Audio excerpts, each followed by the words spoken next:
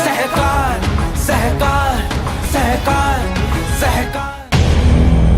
Unfortunately husband की death हो गई। तो 3 बेटे थे, तीनों शादीशुदा थे, सबका अपना परिवार वेल सेट था। तो तीनों ने माँ के नाम पे रिलीज डीड बनाई और रिलीज डीड रजिस्टर्ड की और सोसाइटी ने शेयर सर्टिफिकेट पे नाम लिख दिया। जो मैं हमेशा बोलता हूँ, release did not a title documents. देखो ये कोर्ट का ऑर्डर है। तो 17-18 में एक जो 3rd नंबर बेटा था वो जीएसटी वैट किसी का डिफॉल्टर निकला। तो डिपार्टमेंट ने उसको चेस किया, लेकिन उसके पास कोई प्रॉपर्टी नहीं है जिसको अटैच करके पैसा वसूल कर सके।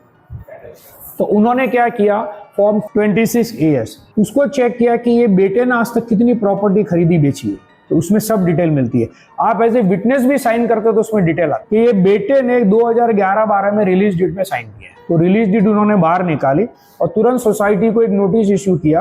गवर्नमेंट अथॉरिटी करती है तो मानना सबको पड़ता है कि ये जो 3rd नंबर सन है इसके 4 हिस्से होते हैं, माँ का और 3 बेटे का। तो इसका 4था हिस्सा को हम लोग अटैच कर रहे हैं और आप ये ट्रांसफर करने की परमिशन नहीं दे रहे। अब मैटर उसकी माँ तक गया तो माँ तुरंत हाईकोर्ट दौड़ के गई कि भी बेटे ने तो 11-12 में तीनों बेटे ने मेरे को ट्रांसफर कर दिया, तो मैं फ्लैट की मालकिन हो गई हूँ, तो अभी ये डिपार्टमेंट कैसे इसको अटैच कर सकता है। तो हाईकोर्ट ने बोला आपने क्या राइट रजिस्टर्ड किया है, release deed, is it conveyance deed. आपने कन्वेंस डीड का स्टैंप ड्यूटी भरा है, मेट्रो सेस भरा है, आपने भरा है सिर्फ रिलीज डीड का। जो मिनिमम स्टैंप ड्यूटी में ये आप लोग का अंडरस्टैंडिंग है, इसका वैल्यू कुछ नहीं है, क्योंकि आज तक आपने ट्रांसफर डीड साइन नहीं किया है। तो जब तक आप ट्रांसफर डीड साइन नहीं करते हो, वो भी कोर्ट ऑर्डर से, कि जिस इंसान की डेथ हुई है उसका कोई क्रेडिटर्स तो बाकी नहीं है, वो सब क्लियर होने के बाद उसमें इनकम टैक्स आ गया, जीएसटी आ गया, सेल टैक्स आ गया, सब आ गया, कोई बैंक का लोन हो गया, वो सब क्लियर होने के बाद कोर्ट ट्रांसफर डीड का ऑर्डर देती है। और उस पर ये आर्टिकल 25 कन्वेंस का स्टैंप ड्यूटी लगता है। फैमिली के बीच में तो थोड़ा कम लगता है। पेरेंट जब बच्चों को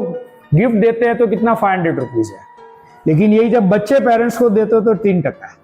तो उसकी डेथ होगी, मतलब अभी हक किसको मिल गया, 3 बेटों को, तो इन 3 बेटों ने अपना हक ट्रांसफर किया। अगर ये कन्वेंस है तो 3% स्टैंप ड्यूटी कहां भरा, 1% मेट्रो सेस कहां भरा। तो release deed is not a title document, it is not a conveyance deed.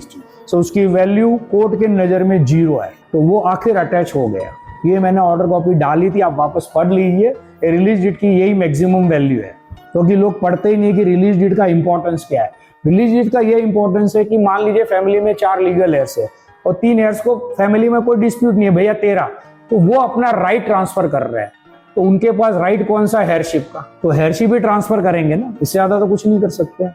Owner तो है नहीं कि ओनरशिप ट्रांसफर करे। तो जब आपने हेयरशिप ट्रांसफर की है तो एक आदमी अकेला उसका हेयर बन गया है, लेकिन वो भी ओनर का बना।